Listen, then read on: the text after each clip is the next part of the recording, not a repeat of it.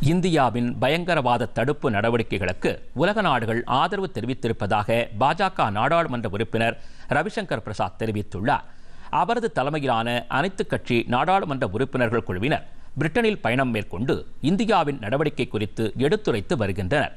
தொடர்ந்து செய்தியாளர்களிடம் பேசிய அவர், இந்தியாவின் தீவிரவாத தடுப்பு நடவடிக்கைக்கு பிரிட்டன் ஆதரவு தெரிவித்திருப்பதாக கூறினார்.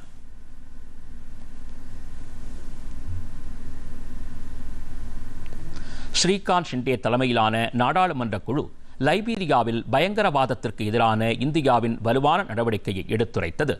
லைபீரியாவின் மன்ரோவியாவில் பேசிய அவர், இந்தியா பல்லாண்டுகளாக பயங்கரவாதத்திற்கு எதிராக போராடி வந்த போதிலும் தொழில்நுட்பம் மற்றும் பிற விஷயங்களில் ஒரு பெரிய சக்தியாக உள்ளதாக கூறினார்.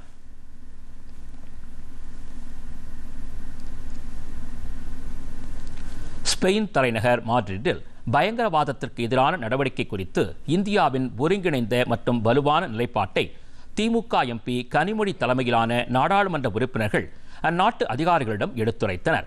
பயங்கரவாதத்தை பேச்சுவார்த்தை மூலம் தீர்க்கக்கூடிய எளிய வழி இல்லை என்றும், பாகிஸ்தானுடனான பிரச்சனைகளில் இந்தியா எதிர்கொள்ளும் சவால்களை உலக நாடுகளுக்கு எடுத்துக்காட்ட உள்ளதாகவும் கனிமொழி தெரிவித்தார்.